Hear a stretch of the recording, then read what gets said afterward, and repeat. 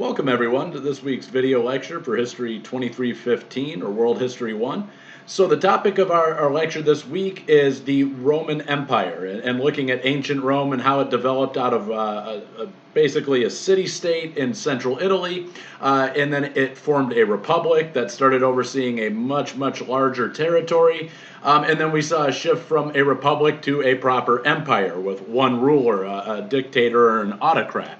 And so when we look at Rome, what's really interesting about Rome is in world history classes, we often talk about this concept, and it's somewhat of a nebulous concept where people are always talking about Western civilization. They're talking about what it means to be a part of this group.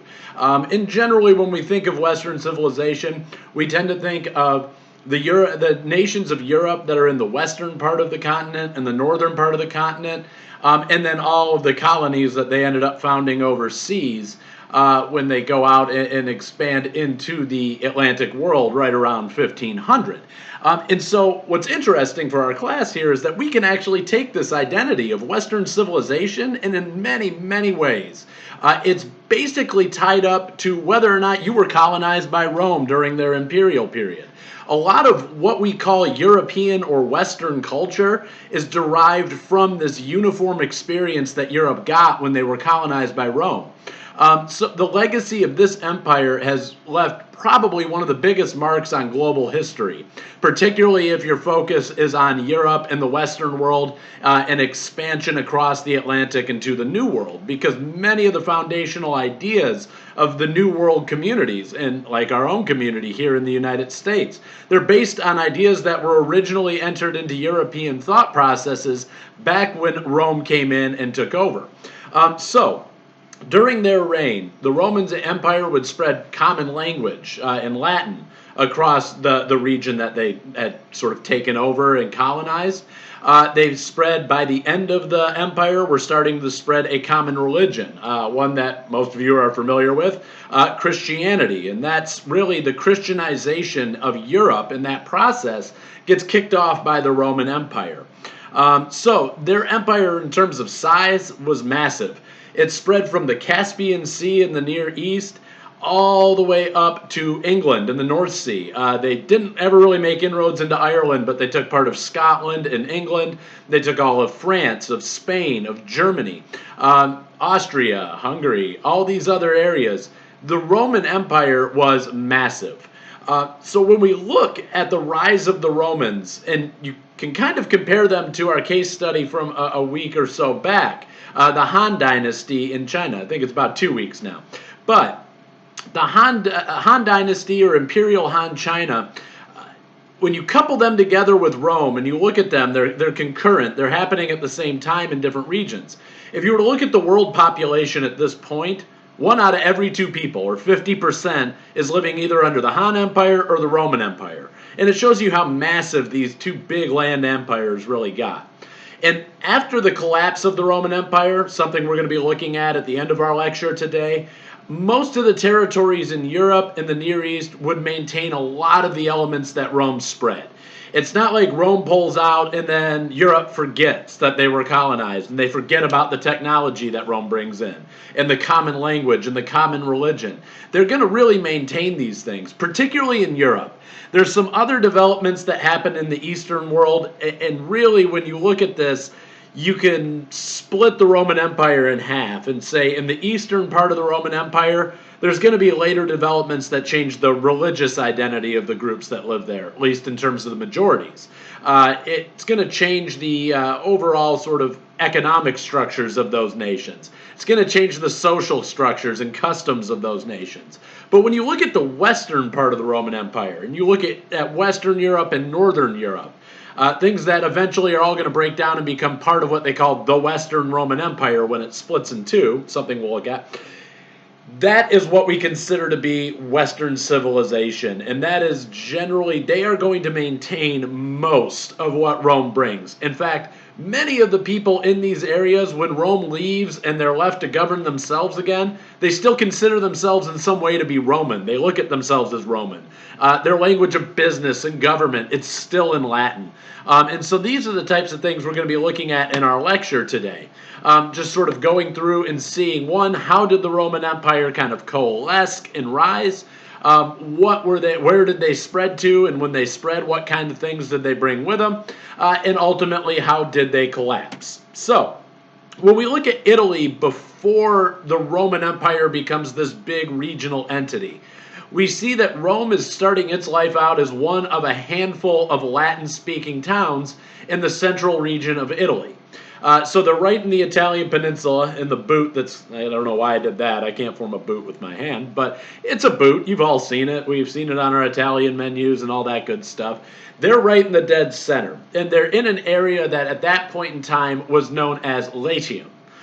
So Latium is simply the region. It's a bunch of independent city-states. There's about 30 of them. And they all speak the same language. They have a mutually intelligible language in Latin. Of course, today Latin is a dead language in terms of its use orally, but is still very much pertinent to us as a written language, something we'll talk a little bit about. But between the 7th and 3rd century BCE, 30 independent communities in Latium were forced to align with one another in order to repel threats from the outside world. They're being threatened by Carthage, which is an empire in North Africa, located in today what we would call Tunisia. That particular empire is going to start creeping up through the Mediterranean, and they grab quite a bit of land in Sicily. They also hold some lands in Sardinia and some of the other islands that are on the western side of the Italian peninsula. So Carthage is coming in, and they're posing a threat to Latium, or these Latin-speaking states in central Italy. In addition to them, the Greeks, whose empire has kind of risen and already started to come into decline. When we look at the Greek Empire, you can easily say that the height of the Greek Empire was Alexander the Great. And when we saw him rolling through, when we looked at Egypt, he comes through Egypt and he conquers Alexandria, continues on into Asia, makes his way all the way down to the border of India. But that was the height of the Greek Empire. And by the time that Rome is starting to really come into its own, Greece is somewhat on the decline, especially in the Western Mediterranean, something we'll take a look at as time moves on. But there are other large communities in Italy here as well. It's not just foreign threats, it's also domestic threats. Italy is a collection of city-states. And these city-states sometimes work pretty well together, sometimes they don't get along at all. And there's a lot of internecine warfare between the Etruscans and the Umbrians and the Latin speakers and the Sabines. And there's about, I think, maybe 12 different linguistic groups in the Italian peninsula that are fighting and vying amongst one another for land and resources. And one of the most important of those particular groups that are already in Italy and that are going to start to come and pose a threat are the Celts. And Celts are an interesting group in terms of, if you're familiar with this period of European history, prior to the spread of the Roman Empire and the expansion of Rome into Europe, most of Europe is dominated by Celts.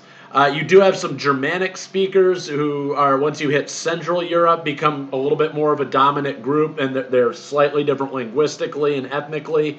But there's probably even a common root for the Celts and the Germanic people in terms of their spread across Europe. But the Celts, you probably know them best as being sort of located up in the British Isles. Ireland is still ethnically Celtic. Scotland considers itself ethnically Celtic. But at this period, Celts are in Spain, they're in Portugal, they're in Germany, they're in Austria, they're in France, they're in Belgium, they're in the Netherlands, they're in England, they're in Ireland, they're in Scotland, and they're also in Switzerland. They're up in the Swiss Alps, and they start pouring down into the Italian peninsula. And this is going to become a major, major factor in the development of Rome, moving out of this city-state status into a more regional power.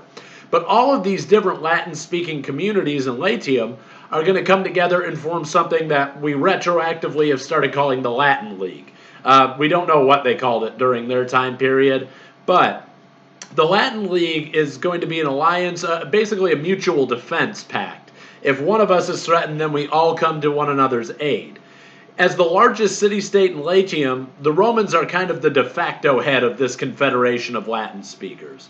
They're much bigger, they're a little bit better developed militarily than some of their Latin-speaking neighbors. So when this coalition or league is formed, it's not an official role that Rome is going to take on. Nobody else in the league says Rome makes all the decisions and we just abide by them. But that is the way it's going to tend to play out because Rome is the biggest and most powerful state within this confederation or league. So Rome is going to use that central position in the region to embark on an unprecedented, really, I guess, in this time of history, almost unparalleled kind of military expansion campaign. By 256, the Romans would essentially have grown to control the entire Italian peninsula and even a lot of the borderlands beyond that, some of the islands in the Mediterranean. And we're going to take a look at how that rapid expansion happened. But it was tied to three main factors. And they tend to occur in sequence. The neat thing about looking at the Roman Empire in a history class is that as a historian, it's always easiest to move chronologically. And these developments that we're going to be looking at within the Roman Empire, they are happening chronologically too. And with each new phase of the empire, we see a different factor sort of building into it and explaining why Rome is taking the direction they are. So we start with Rome in the expansion of Rome by looking at what was going on in this area of central Italy. And we're going to look first at migration and growth because this is a big part of what drives Rome into their expansionist mode of operation. So, the story of Rome's shift from a city-state to an empire generally begins with the movements of those Celtic people I was just talking about.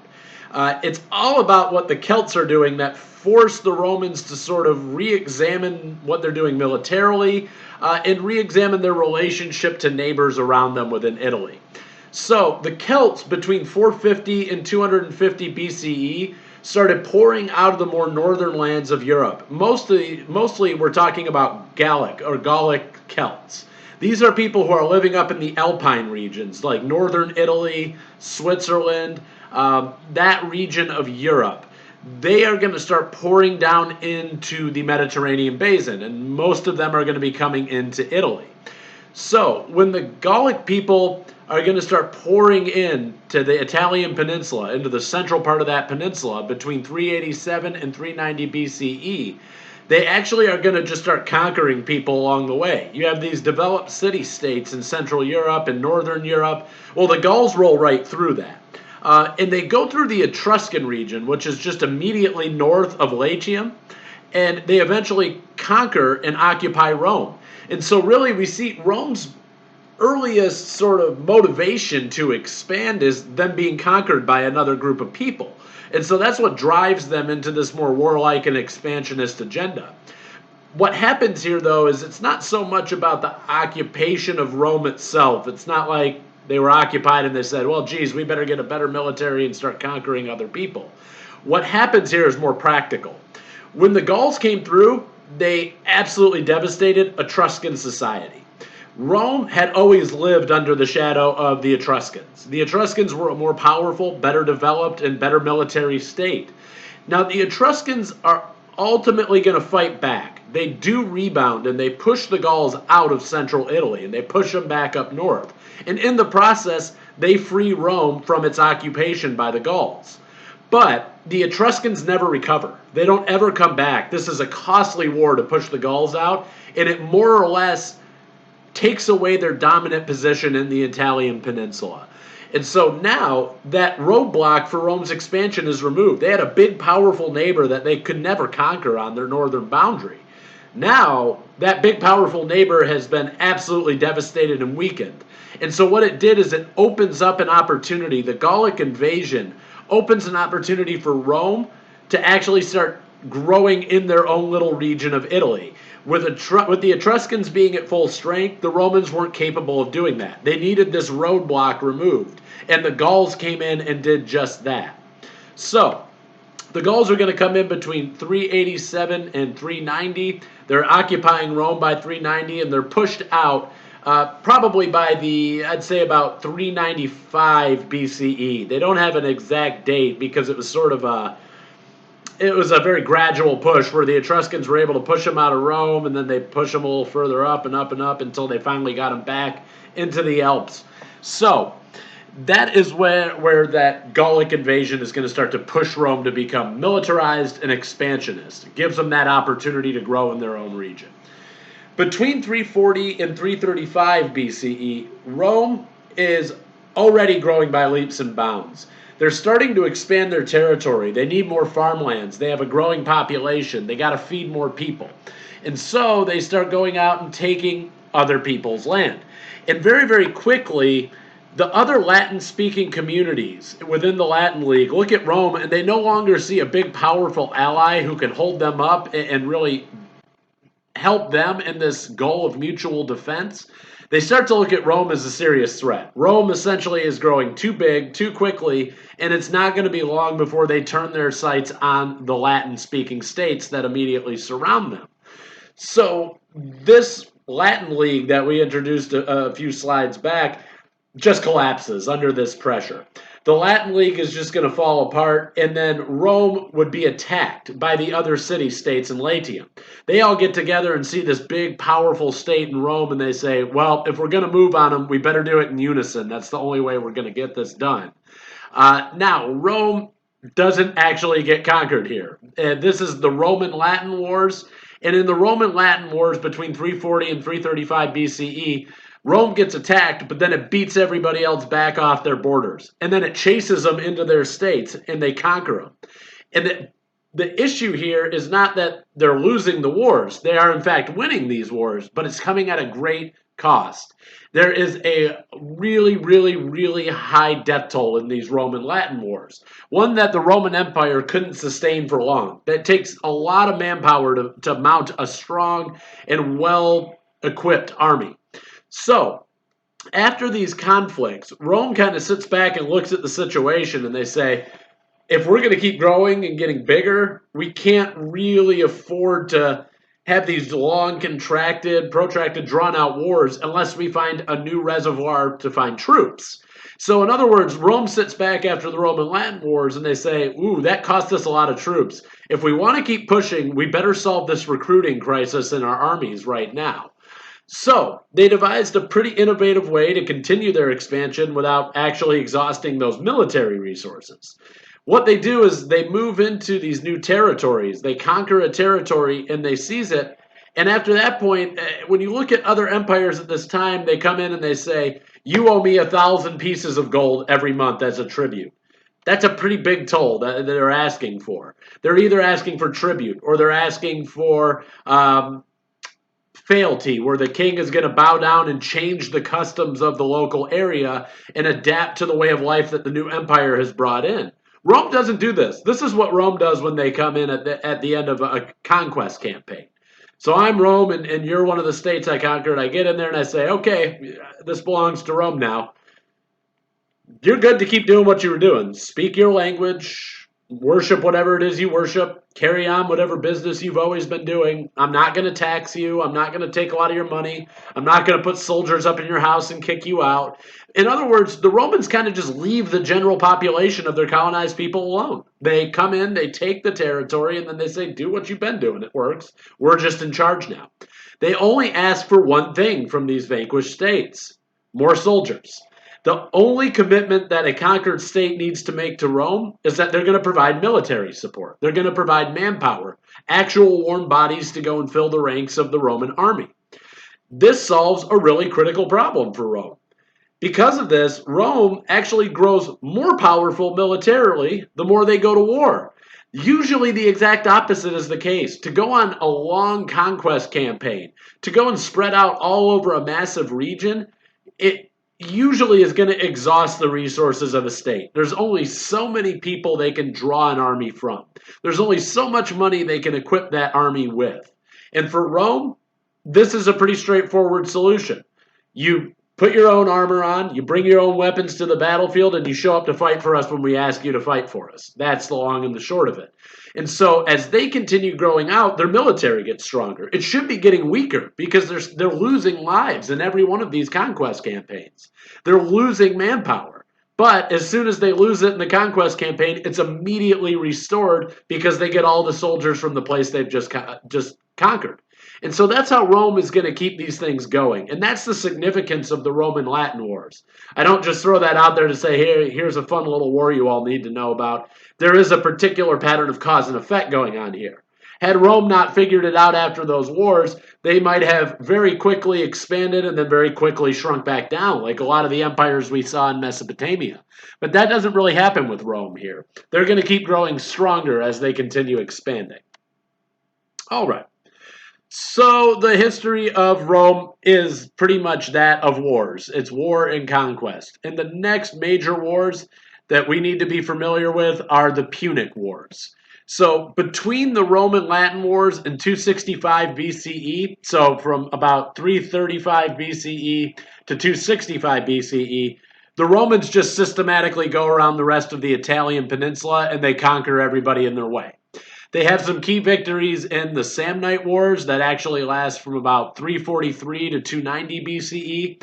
They win the Etruscan Wars that last from 359 all the way up to 265 BCE.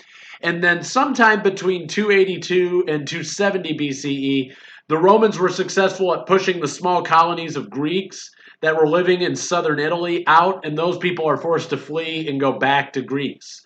So essentially, by 265, the Italian peninsula is entirely controlled by Rome. The whole boot that you see sticking out into the Mediterranean is controlled by the Romans. And with that being the case, the Romans now have this enormous army. Italy is very, very highly populated. And so they conquer all these regions, and as they start to basically grab the entire peninsula, they now have a much, much, much wider military recruiting base to choose from. So they have a really, really, really strong military. They've been successful in all of their military campaigns. There's very few military failures in the history of the Roman Empire and the Roman Republic. But they turn their attention over to Sicily. So again, going back to my colloquial sort of understanding of geography, you have the boot sticks out in the Mediterranean, and then it's kicking an island, right? Kicking an island out towards the Atlantic Ocean. That's what it looks like. That island is Sicily. And Sicily, at that point in time, is largely controlled by the North African Empire of Carthage. And so this is going to begin what we call the Punic Wars. When Rome decides they want to control Sicily as well, in addition to their holdings in the Italian peninsula, they are going to have to engage in war with Carthage. So there are 3 Punic Wars, and they happen over a pretty long span of time. The first Punic War is between 264 to 241 BCE. These are mostly naval battles. There's not a whole lot of ground engagement here. And this first Punic War is all about Sicily. It's all about who's going to end up owning this little island that's getting kicked by the Italian boot. And so the fighting spreads. It's not just happening in Sicily. It's all around them in the Mediterranean. So you have engagements in the island of Crete. You have engagements a little bit closer to Carthage proper in North Africa.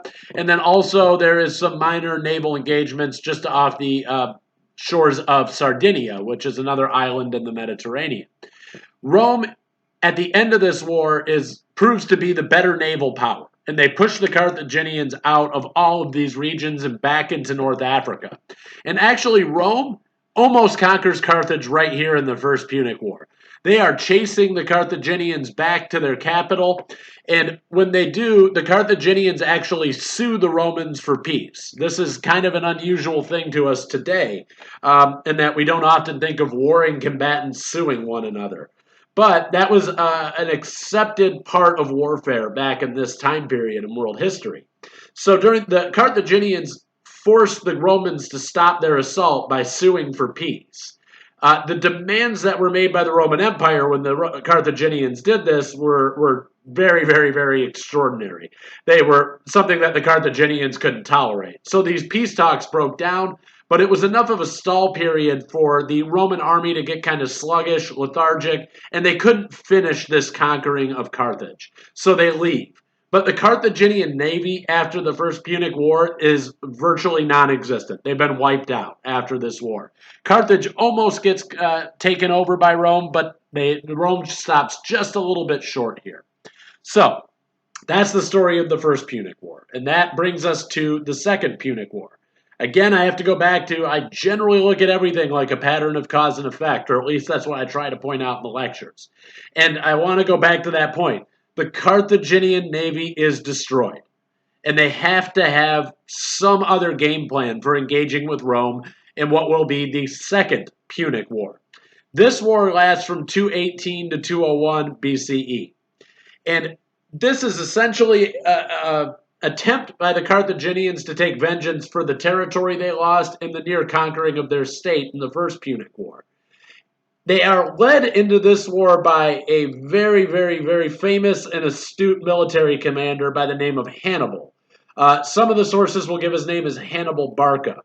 Now, he looks at Rome and he says, well, I can't go and attack Rome by sea because I have no navy. So let's just take that off the drawing board. We'll erase that. I've got no navy, so I can't attack them by sea, but they're basically on a peninsula and surrounded by water.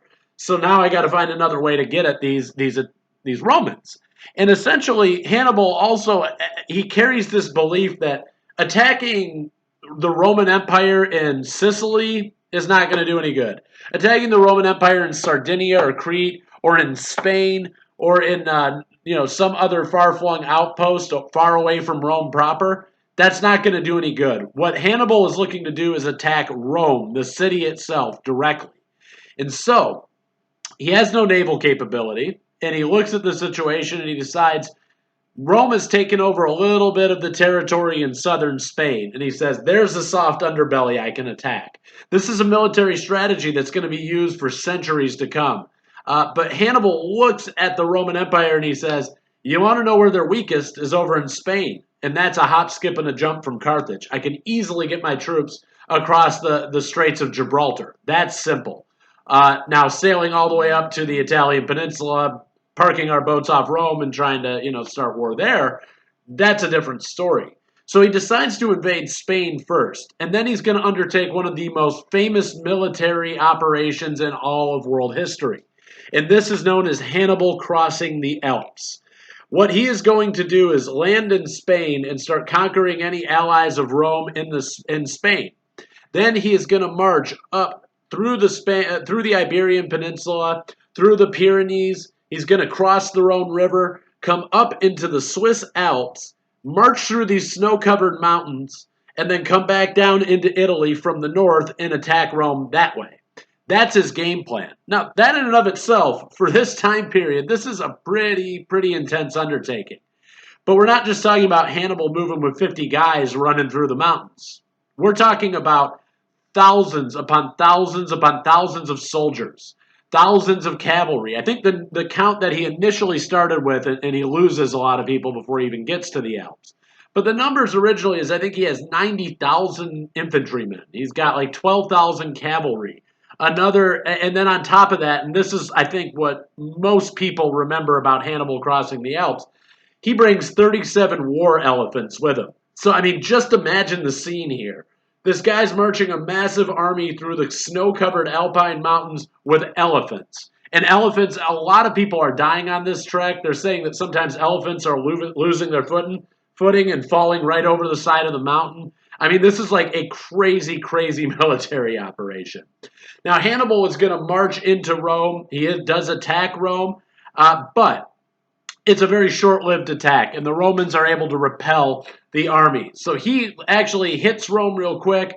He moves on south and continues marching south through Italy, where he catches up with some transports and heads back to Carthage. And so Hannibal's war of conquest was largely unsuccessful because he did not collapse the Roman Empire. He did really achieve this amazing feat of crossing through the Alps with war elephants and all this other stuff, but it didn't collapse the Roman Empire. It didn't really even hurt the expansionist agenda of the Roman Empire. It was a quick threat to the city of Rome itself, and once Hannibal moved on and was forced, basically what happened with Hannibal is by the time he gets to Rome, it's game over. He's wasted so many of his resources on this super long trek. Remember, when he's going up through those mountains, he's not walking amongst friends up there. Those are Gallic people have been pushed back in there, Celtic people. You have different Germanic people. They're all up there. That's their territory. Who are you marching through here with a massive army and elephants and all this crazy stuff? He'd be attacked by other groups up there. So by the time he gets to Rome, he doesn't have the power he needs to launch a full-scale siege on the city. And that's why he basically rounds up the rest of his resources and runs off south to get out of Italy. So that's the Second Punic War. And definitely that Hannibal crossing the Alps, that's one of the most memorable things. You should commit that one to memory. It will definitely be on the midterm. So now we have the Third Punic War. This is the final one, and there's not a whole heck of a lot, not a lot of detail about this one that you need to know. It runs from 149 to 146 BCE, and this is pretty much the end of Carthage. That's it. Rome looks to Carthage, and they say they wasted a lot of money and a lot of resources fighting us over the last couple hundred years, or 100 years or so. And really what the Romans see is a weakened, diminished Carthaginian state that was exposed. And so Rome decides, we've been fighting with these guys long enough, let's put an end to it. They march into Carthage proper. They go into the actual city-state in North Africa, and they absolutely devastate it, bringing Carthage's 500-year reign in North Africa and that part of the Mediterranean to an end. So the destruction of Carthage is absolute. The victory for the Romans here is pretty easily explainable. I think your textbook gave the numbers when it said the Romans have about 750,000 soldiers to spare on this war, and the Carthaginians have about 20,000. That kind of numerical advantage, you can't lose a war. Doesn't matter how bad your commanders are. Doesn't matter how bad your strategy is. You could just send wave after wave of people to die, and you've got more to go. So that's why Rome is going to be successful in winning this particular conflict. But how they win leaves a lasting impact on other people who are going to be dealing with the Roman Empire. When they enter Carthage, they are pissed. They've been fighting with Carthaginians long enough. And what they do is they come into the city. They basically burn every vestige of public life to the ground. They kill every single man in Carthaginian society that they can find. Immediate execution, done. The women and children are all rounded up and sold directly into slavery. So effectively, Rome didn't just collapse the political structure of Carthage, it razed the entire system to the ground. Carthage ceases to exist. Literally, Carthage from this point forward is a Roman-occupied colony moving forward. And so the significance when you put these Punic Wars together, it's immense. Carthage is gone. The Macedonian Greeks are retreating. They're in decline, and they're retreating out of the Western Mediterranean. With that being the case, Rome is it. Rome is now the most powerful nation in the Western Mediterranean. It is the most powerful state there. They have very, very, very good advantage in naval technology too, because the other major empires of their time, the Egyptians and the Syrians, weren't exactly great naval powers. Their naval technology was not up to par with what Rome was building. So they would never really be able to engage in them on equal footing overseas anyway. So the Roman military is the biggest factor in everything we're talking about in the rise and expansion of Rome. It's all about what's happening within their military. They are unparalleled in the ancient world. Their armies are going to consist of infantry, cavalry, charioteers, and archers. So a pretty good diversity of types of troops. You've got your ground troops, your horseback, and then people with a ranged attack. Young men and Roman citizens are picked basically between the age of 17 and 18. They'd be drafted into the military service, at which point they have to serve the Roman military for at least 10 years. Now, the Roman army exemplified military discipline. This is what it was all about. Arguably, what sets the Romans apart is this keen respect for discipline. This is an army that, when you look at the Greeks, if the Greeks find that one of their soldiers has a dereliction of duty, they don't do what their commanders ask of them, they get fined, a slap on the wrist. If you don't follow out orders under the Roman Empire, you're dead. The commanders are not going to go, well, now I'm going to dock your paycheck. They're going to say, I'm going to cut your head off in front of all these people to make sure that they know disobeying orders is not something we tolerate in the Roman army. So, this is a pretty big motivating factor. If you're in the Roman army, you're looking at a scenario in which it's do or die, literally. But what this does, too, is it instills a sense of pride. They're taught to put the glory of Rome before their own well-being. And they're going to be fighting to the death. They never retreat. That's what the Roman Empire is all about, is they fight for the glory of Rome, and then there's that ideological underpinning to it. And a little bit later on, I'll talk about there's more practical considerations than just that beautiful of, I love my nation and my state so much that I'm willing to put my life on the line for it. There are more practical considerations when we look at military service in the Roman Empire. But one interesting practice, and one that's kind of a key term from our lecture and the readings for this week, is decimation. This really shows the wide-scale level of discipline that's being enacted across all segments of the Roman military. This is what decimation is all about. If one person disobeys an order, that's easy to fix. Kill him. Done. Good.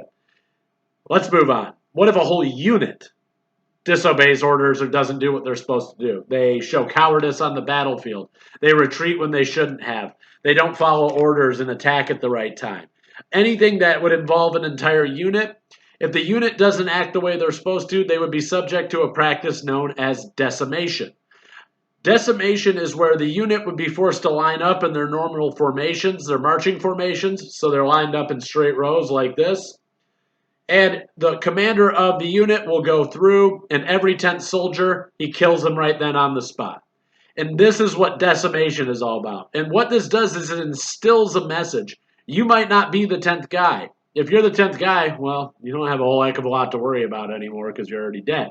But the other 9 guys see this, and it reinforces this group ethos, this warrior ethos of, I don't want to be, I'm not only responsible for my life. If I want to be a coward and I want to go die I don't want to die on the battlefield. I want to run away. I want to run away from my duties and from warfare and all of this other stuff.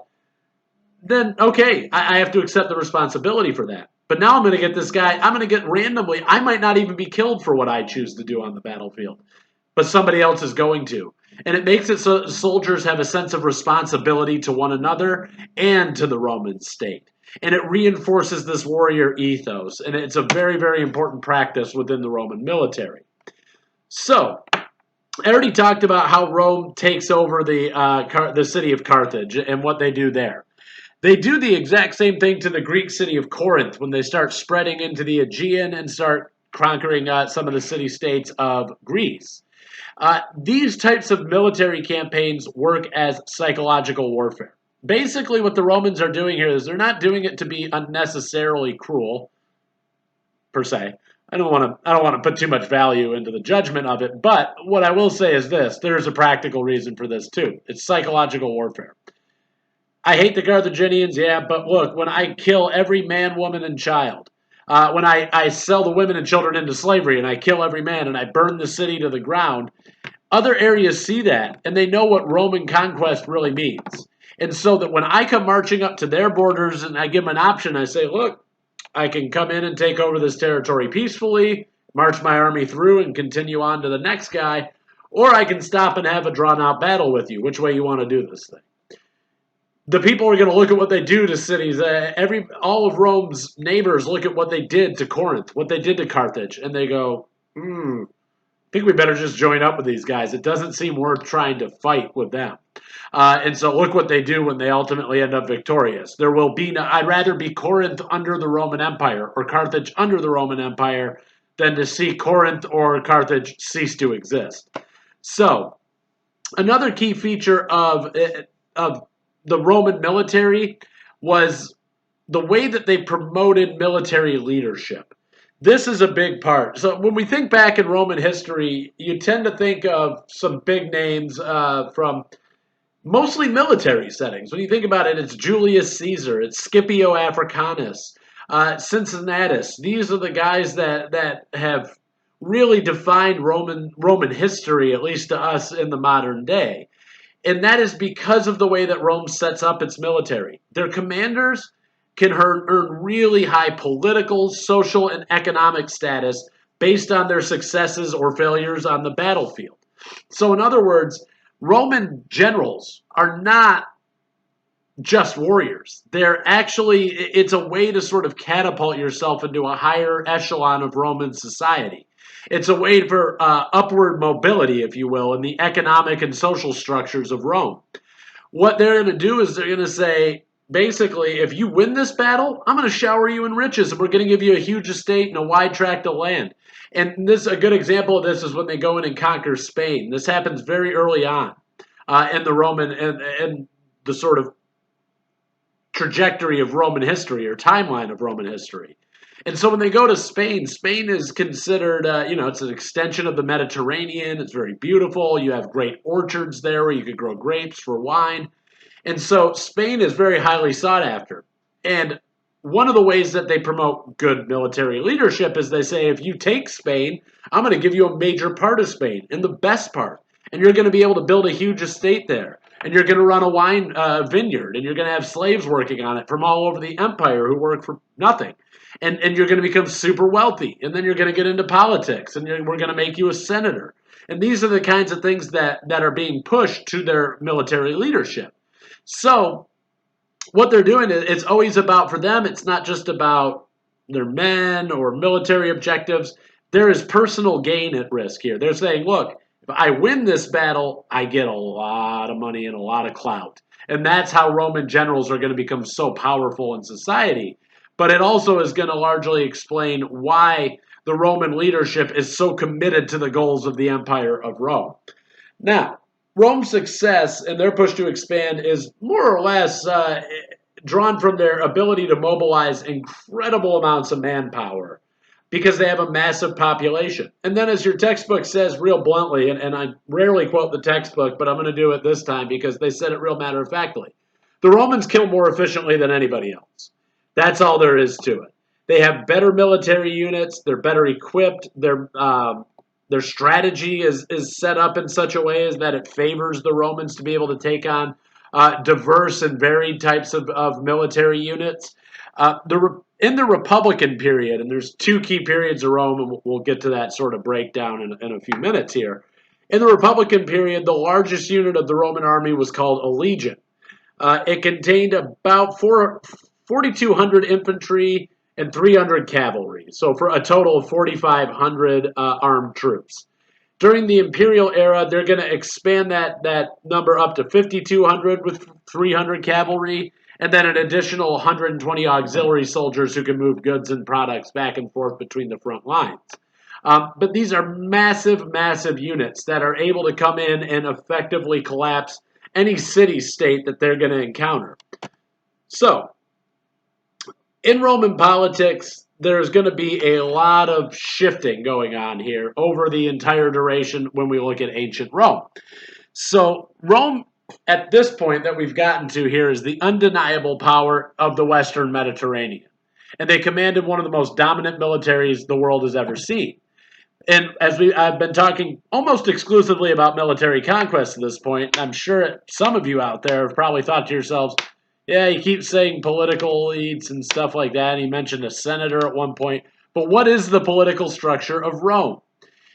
What's happening here is that ever since the mythical foundation of Rome, that they date the foundation of the city itself to 509 BCE. There's stories about a pair of twins, Romulus and Remus. I forget my mythology here, but it's the origin of Rome is rooted within mythological things.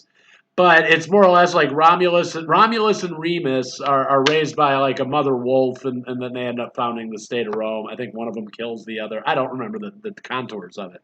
It's not important. You don't need to know about that anyway. But ever since that date, as far back as we can tell, Rome had been governed as a republic. And we get that word republic from Latin. There is no such concept of a republic before Rome. They're the first ones to really come up with this. There is democracy being practiced in areas like Athens, in Greece, but it's not a republic per se. So in Latin, they generally are going to call, it's interesting how dumbed down this kind of is. They call their government the public thing in their own language, res publica. That's where we get the word republic.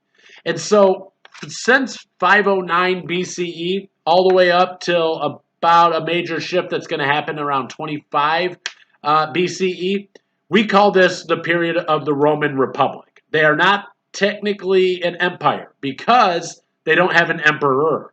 They only have a senate that runs things. I'm going to talk about, I shouldn't jump ahead of myself. The political decisions here are made by 300 to 600 permanently appointed senators. Now, these senators are being drawn mostly from the wealthy and influential circles of Roman society. In other words, if you have a lot of money and you're well connected, then naturally you're going to be put into the position of a senator. These senators, as I mentioned, it could go at any point in Roman history. When it was smaller back in the day, they only had 300 senators. By the time we get up to about 256 BCE, the Republic has easily 600 permanent senators.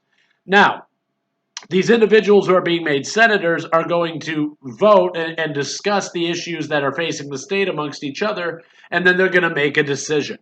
So what they're going to do is they're the legislature, right? Just like they are in our nation. The senators are the legislature. They're going to decide what the laws need to be. But who's going to actually execute them without an executive branch? And that is filled in with something called the consuls. Roman citizens would be able to elect 2 consuls. These are the guys that are basically military commanders. They're the ones responsible for overseeing Rome's army.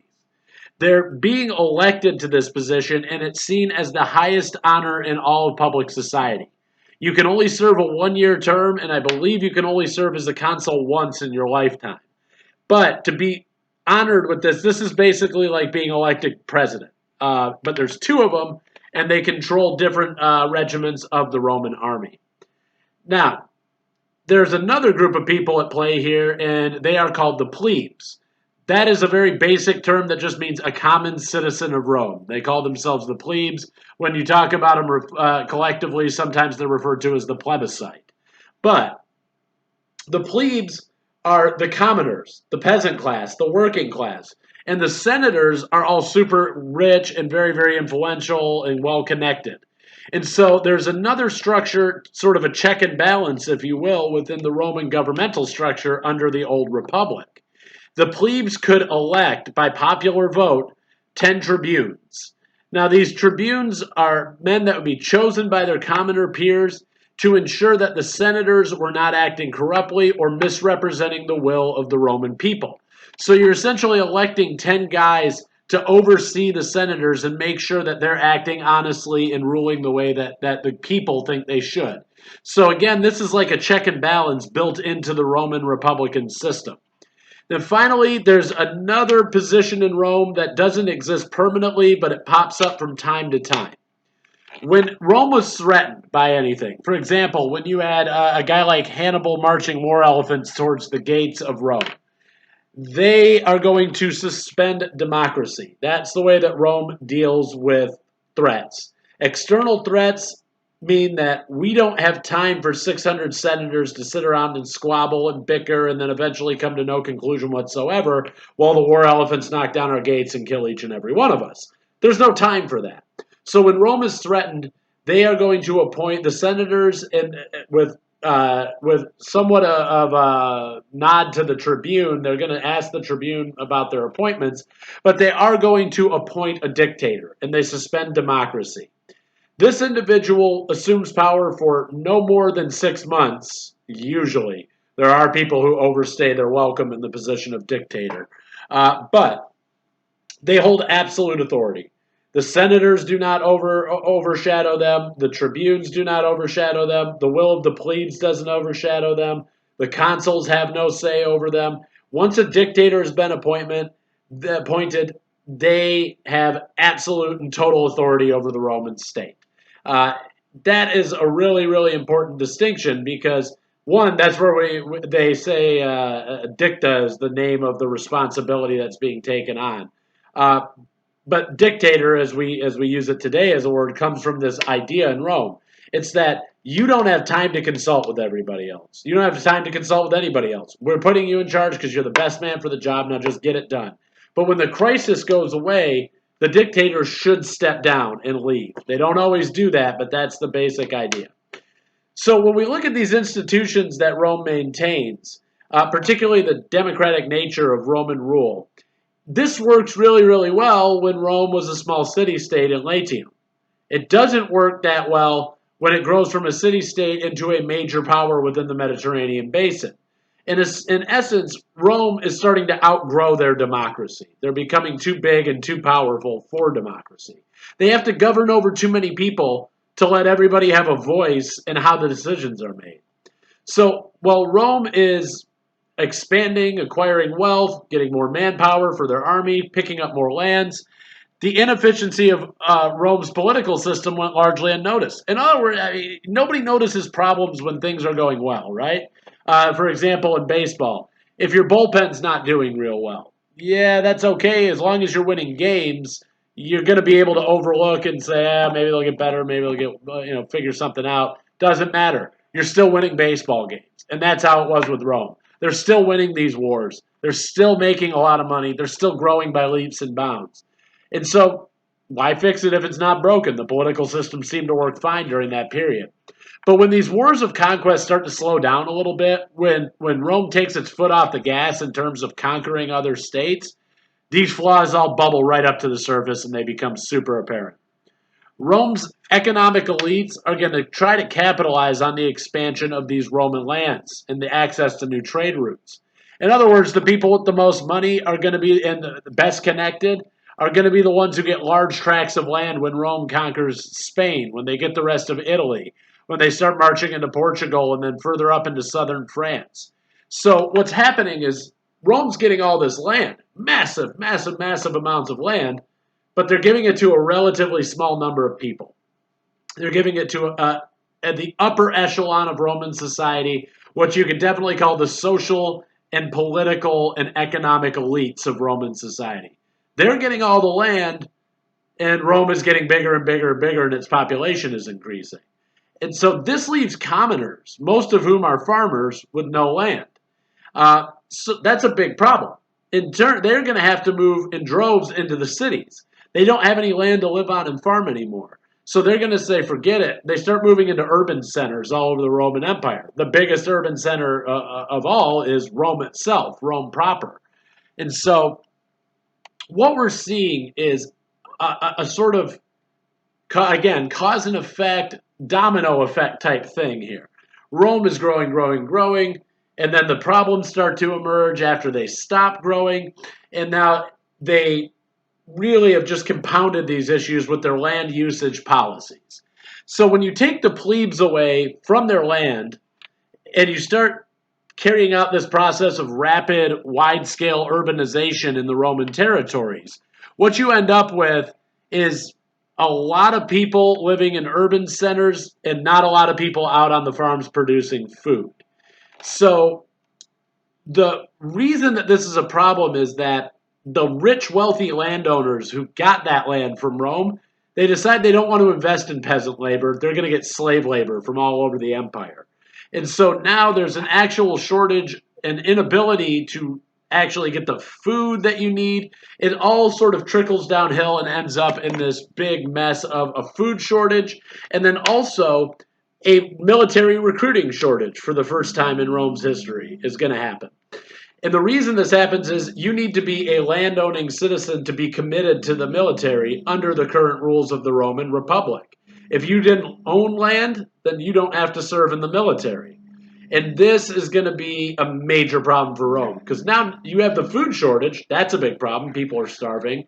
But you also can't raise the numbers you used to for your military. So the politicians are unable to address this crisis. A few of them try. You have these guys called the Gracchus brothers. They have a pretty lofty and ambitious goal for total land distribution within the Roman Empire, the Roman territories. But they're going to be assassinated by some conspiring politicians. Give me 1 second. I'm just turning off a baby monitor here. Okay, so hopefully my wife gets her. Now, what we're looking at is you've got food shortage, land shortage, nobody's joining up in the military, and then when politicians try to come along and fix it, The other politicians who don't want to see it fixed have them assassinated. What starts to happen as a result of this is people don't turn to the politicians anymore. They turn to military commanders.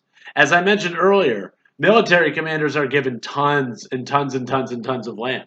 So if I'm a military commander and I oversee the conquest of Spain, I'm going to get these really nice big tons of land out there in Spain. And so I say that what starts to happen is the commoners of Rome who want to get land, who want to get back into the agricultural pattern, they're not coming to the Roman government. They're not going to the Republic to try to acquire the land.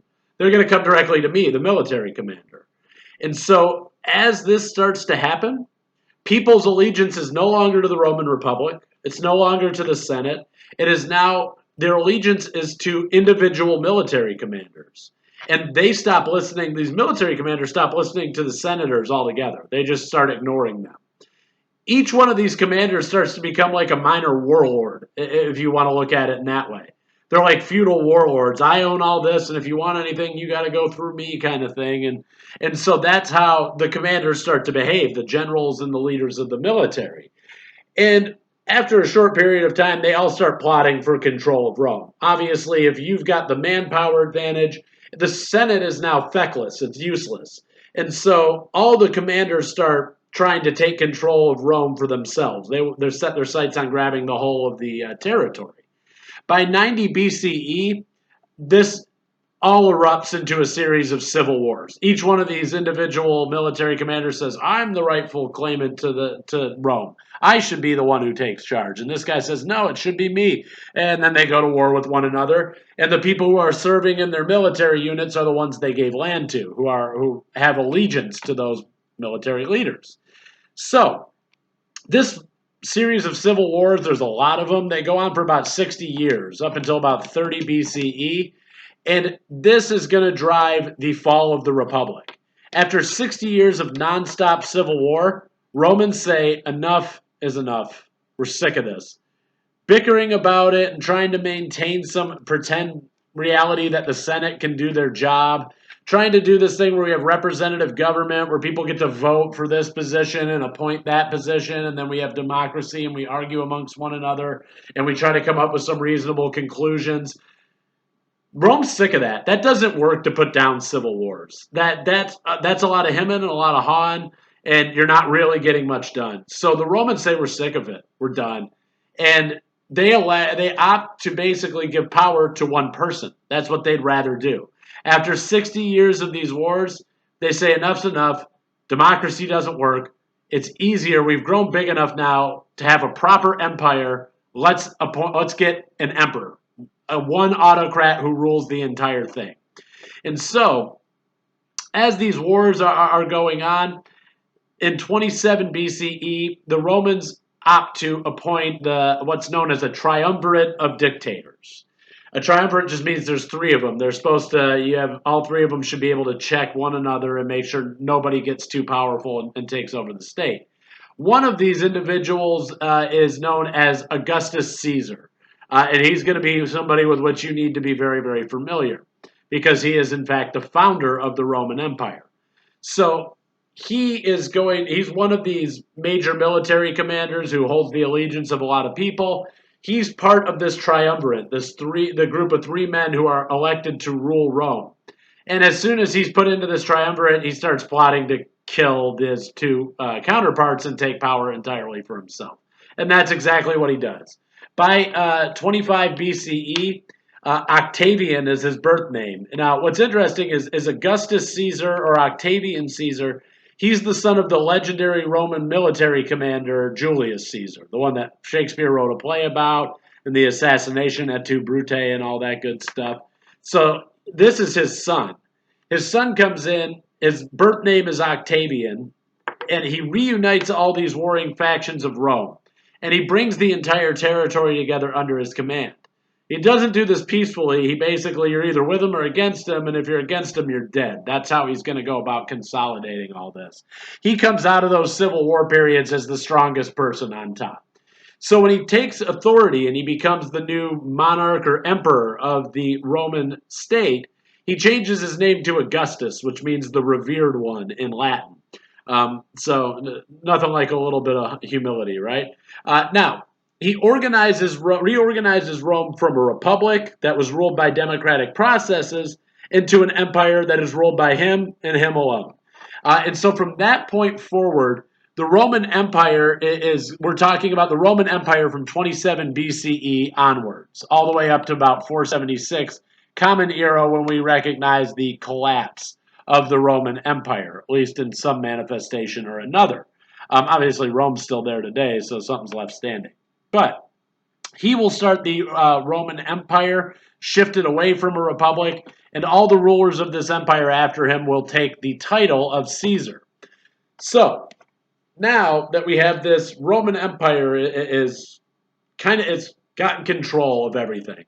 The civil wars have ceased. The constant infighting has stopped. We have one guy in charge making the big decisions for everyone. So Rome enters into a 200-year period of relative peace after Augustus, and there's a lot of stability throughout all their lands. Essentially, there's no major conflicts with neighboring empires that really threaten the Romans in the Mediterranean or beyond. The empire doesn't witness any major rebellions during this period either. And so we often refer to this period between 25 BCE and 225. No, I got to get my math right. 25 BCE and about 175 Common Era. This period is what we call the Pax Romanica, or the Roman peace. So this is an important feature of the spread of the Roman Empire. It's going to become very, very appealing to be a part of the Roman Empire due to the Pax Romanica. So by 14 Common Era, when Augustus Caesar dies, Rome had already expanded and conquered land in North Africa, including Egypt. They've collapsed the Ptolemaic dynasties in Egypt by this point.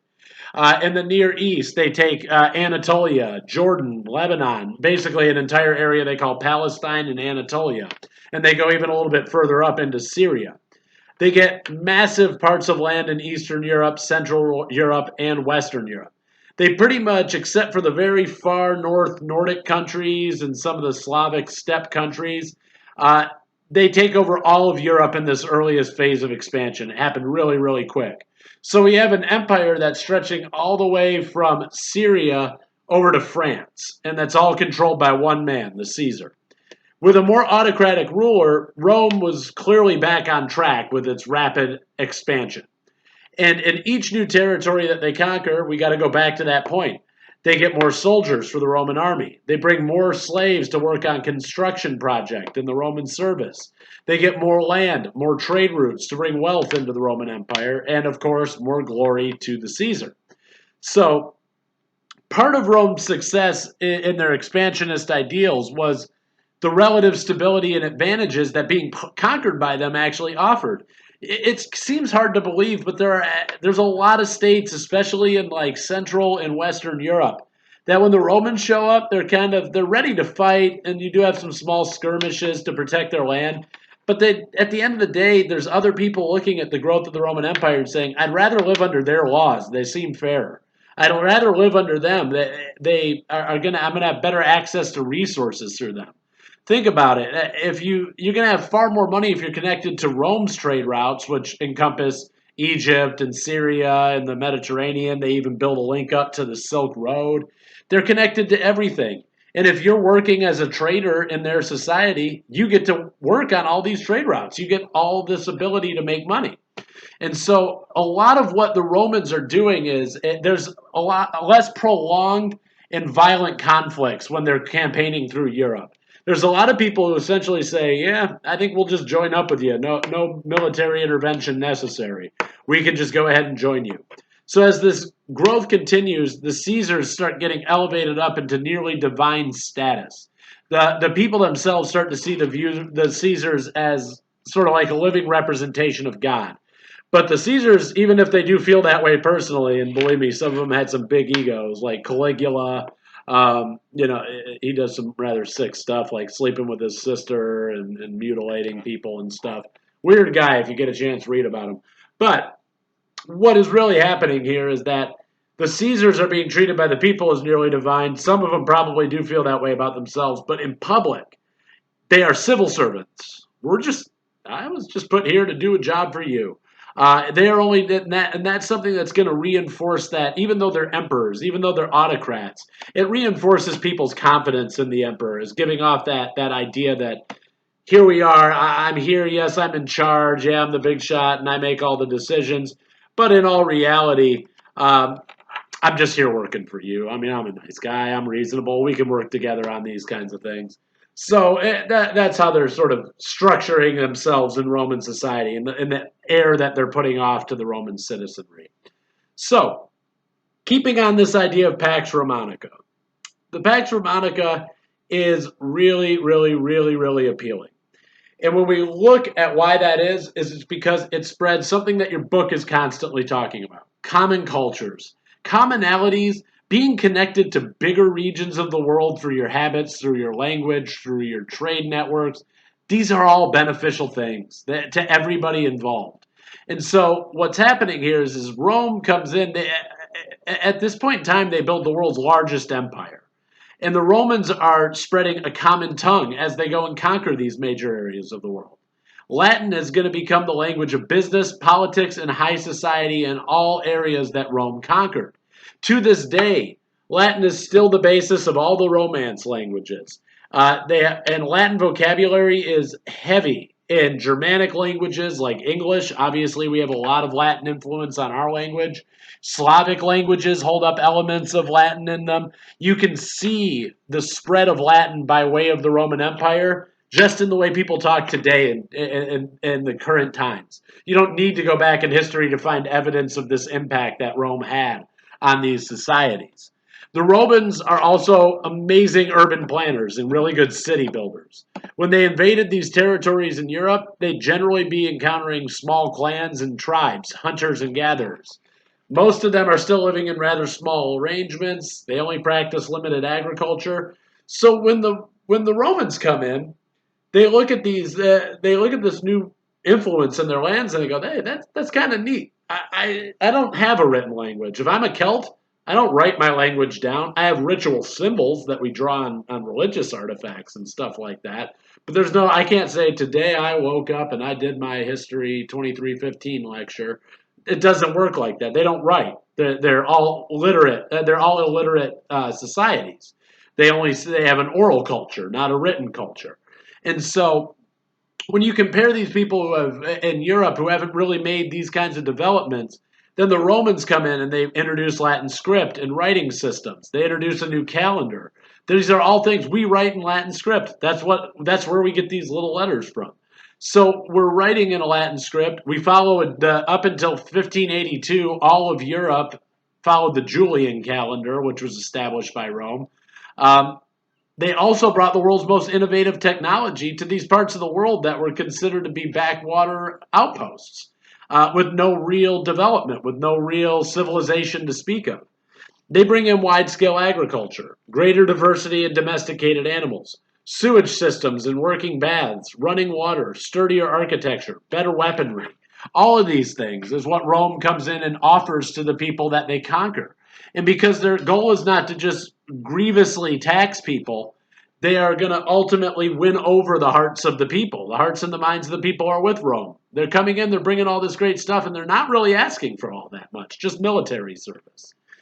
So there's this really pervasive shift in the European cultures that comes about under Roman rule, and it can be seen most clearly in England. England is one of the last places in Europe that the Romans invaded. They come in 43 CE. There they are encountering small groups of warring Celtic tribes. They're always fighting each other. They're going to start fighting the Romans too. But we're talking about people who stripped naked and painted themselves blue when they ran into battle. And these are the ancestors of my people. This is where my people come from. They were Celts. But that's who they're encountering there. They're not encountering people with chainmail armor, with brass breastplates, with even a hard, thick piece of leather. These guys are stripped nude, have a little sword, and they run at you screaming, painted blue. It scares the Romans like nobody's business. This freaks them out when they encounter the Picts and the Waltz up in that area. But they are going to pull out of Rome. So that's who they encounter. When they leave England, right around 388 Common Era, when the Saxons are starting to invade, the British people living south of Hadrian's Wall, If you asked them, they'd say, yeah, I'm a Roman. I'm a Roman citizen. Yeah, but Rome just left, so now what are you? And they come up, we have a word for that as historians, we call them sub-Romanos, or Romano English. And so the people there even hold this identity as Roman, and you can see that it's something that they really aspire to be. And so here we see there's the spread of a common language, the spread of a common calendar, the spread of common technology and agricultural ideals.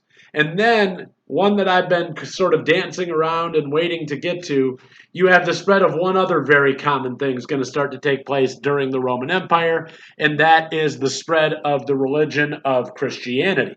So, in a history class, I don't try to suss out too much of the biblical stories behind or the doctrinal or dogmatic stories that religions give about the origins of their religion and whatnot. I tend to ground them simply in what I know to be historical context and understand when this happened. So when we look at Christianity and its rise, it's happening in the Roman Empire. And I'm sure most of you are familiar with the story, as familiar with as I am anyway. They're reigning over this area of Judea and Palestine. And this is one of the more important events in world history when this occurs here. There's a Jewish radical by the name of Jesus Christ. In case you're unfamiliar with the story, I'm going to give you the quick and dirty. He challenges the authority of the local Jewish leaders, many of whom demanded that he be put to death by the local Roman governor. After he is executed, and as far as we know, historically, this is all very accurate, he's executed in 33 Common Era, but after that point, a new religion starts to spread, Christianity. And it starts growing biggest in Judea and Palestine, where he was killed and where his followers lived and where he lived. But this new religion then starts popping up in little pockets. It follows the trade routes all around the Roman Empire. And every here and there you see people popping up, little pockets of Christianity just coming here and there. It's very popular in North Africa. It takes hold in Egypt. It does well in Judea and Palestine. It does fairly well in Greece in the early years of Christianity. That's where we see the biggest pockets emerging. But what you tend to see here is that Christianity spreads first to the poor. And it's only later that the rich and the political elites start to pick up on it. The way that Christianity is spread is through almsgiving. They reach out, the early Christians reached out specifically to the poor and helped to try and get them on their feet. And in doing so, they would hope that that person would convert to this new upstart religion. Now, initially, the Roman Empire, who, if you're unfamiliar, they have a pantheon of deities, they're polytheistic. And they adopted most of their deities from the Greeks and just gave them a Latin name. But the Roman Empire is going to outlaw the practice of Christianity in 64 CE. That's where you get the stories of people being thrown to the lions, forced into gladiatorial contests in the amphitheaters and all that. So that's the official state position on Christianity of the Roman Empire when it first starts emerging. But over a couple hundred years, what starts as a pretty disorganized and haphazard spread of a religion around the empire, it's spreading very informally. By the early 300s, the Christian church itself had developed a more centralized structure. And they were way more active in evangelizing in Roman and non-Roman territories. They're very active in proselytizing and evangelizing, getting new converts. In 313 Common Era, what they used to call AD, the Emperor of Rome, a guy by the name of Constantine the Great, would issue what's known as the Edict of Milan. This allowed for the existence of Christianity in the Roman Empire. In effect, it said, oh, it was outlawed earlier. It's no longer outlawed. That law's off the books. You can be a Christian if you want to. Now, the story of Constantine's conversion is a little bit different. There's a less certainty about this. Somewhere between 306 and 312 CE, Constantine had, he claims, I don't even know if it's him or one of his contemporaries claims that this is what they told him.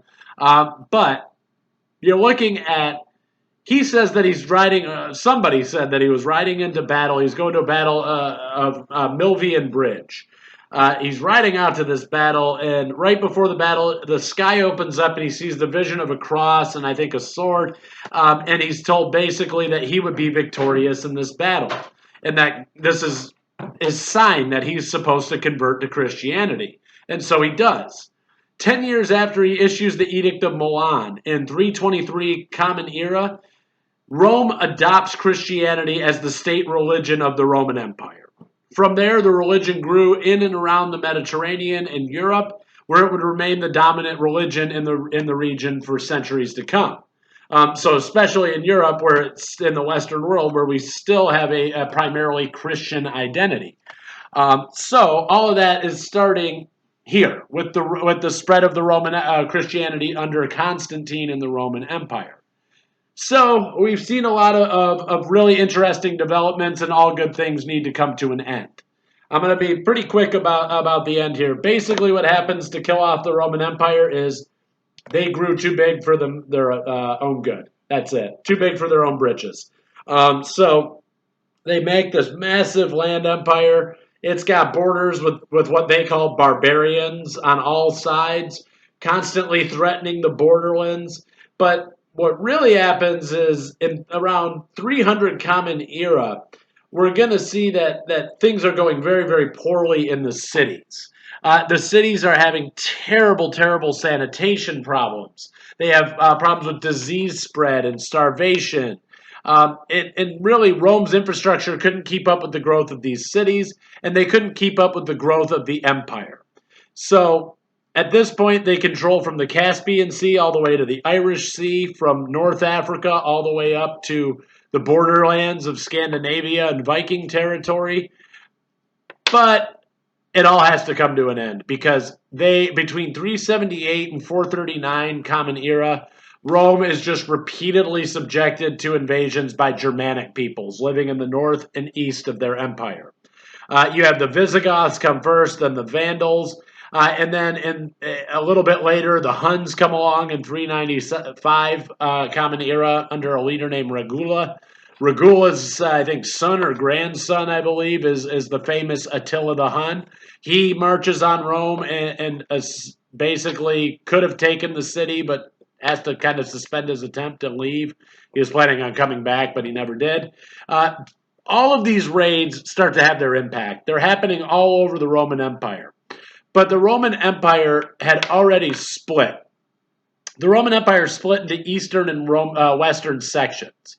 You have the Western Roman Empire is run by a capital in Rome. That's the home of the Vatican. That is going to become really the basis of Western civilization. But the Eastern Roman Empire breaks away and establishes a capital at Constantinople.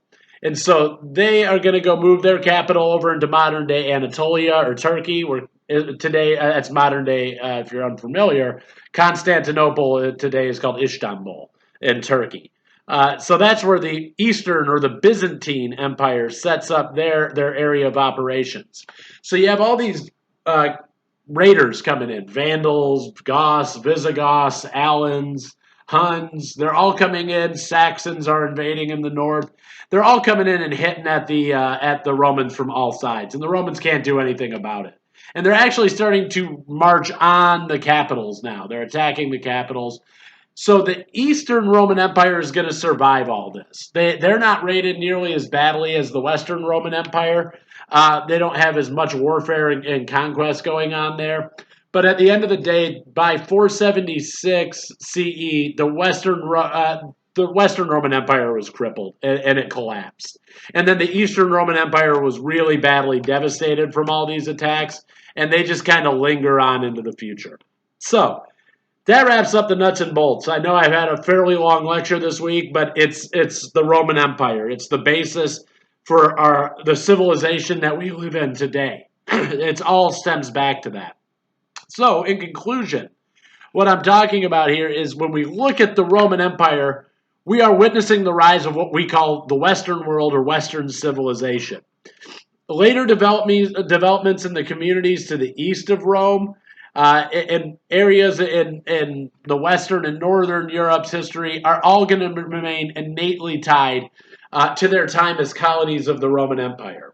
When Rome falls, this entire area of Europe enters into what is known as the Dark Ages. They call it that because Europeans revert backwards. With all these little European groups, they were kind of pulled out of very simple living arrangements. And they were forced into a big, complicated empire. When Rome leaves, they revert back, and the sewage systems that Rome built, no one knows how to maintenance them or rebuild them. So they just fall into disrepair. People start doing their business in buckets and throwing it out in the middle of the street. And so it's these kinds of things happen in Europe because Europe was just kind of artificially propped up by the Roman Empire. And when the Roman Empire pulls out, they just fall right back down and go into what they call the Dark Ages. The Latin is going to remain the written and religious language of the majority of Europe until the Protestant Reformation in the 1500s. Thereafter, Latin, I mean, just to show you how pervasive this is, my folks grew up and they were Catholics. They went to a church where Mass was only offered in Latin, right here in the United States. This is the language that's given to us by the spread of Rome. Ourselves, when you take a GRE or any sort of standardized test, they tell you study Latin because every single language, whether it's English, Spanish, German, we all have root words that come from Latin vocabulary. So that's another element where we just see all of this trickle-down effect that's right up into the modern day, very pertinent things. The way we talk, the way we write, the way we think of time, these are all impacted by the Romans. So Europe is going to continue to follow Roman calendars, as I mentioned. They're going to look back on the Roman political and military structures with awe. And at a much later date, what's interesting, and this hasn't been fleshed out in historical reality. This is something that I personally believe, and it's a theory that's floating around out there. I've talked about it a lot since I was in my undergraduate work. It looks like essentially what's happening with Europe is they're starting their lives as colonies of Rome, and then all of a sudden they get this level of development. And in 14 and 1500, they go out and start colonizing the rest of the world. I don't think that this is completely unrelated. I think that is the end of a spectrum of behavior that they were acclimated to during their time in the Roman Empire. If you start your life on bottom as the guy who's colonized and conquered and taken over, and you're dreaming, and you're thinking about how does my life get better, well, it starts with independence. And it moves on to becoming territorially relevant in my area. And then it steps up to maybe I become the guy who goes out and takes over everyone else and I get all their resources. And so I really, in a lot of ways, think that the reason that we see Spain, Portugal, England, France, the Netherlands, Germany, the Belgians don't do much. The Danish don't do much. But those are your major imperial powers right there. Russia is kind of landlocked. They do land expansion. But there's all those areas were colonized by the Romans. They were taken over by the Romans, and they put into effect this idea that colonization is the end point of a good civilization. You go out and you colonize other people. So that's what we're seeing happen with them. American government that we're sitting in here today, it's explicitly written in the writings, in the letters and personal writings of our founding fathers. They modeled so much of our government, the one that we still live under today, they modeled it after ancient Rome.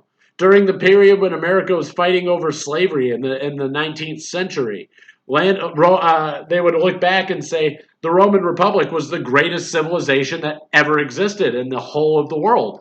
And we should try and be more like them. Well, guess what they had? Slaves. And that's how the United States is going to justify, or not the United States, that's how Southern landowners who own plantations and large numbers of slaves are going to justify their position.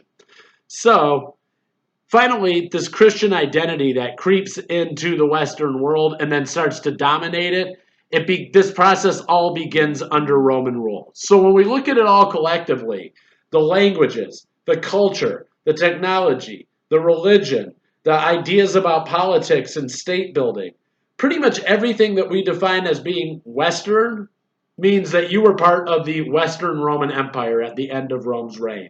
And what's happened from there, most of those nations have followed a very similar trajectory to end up where they are today.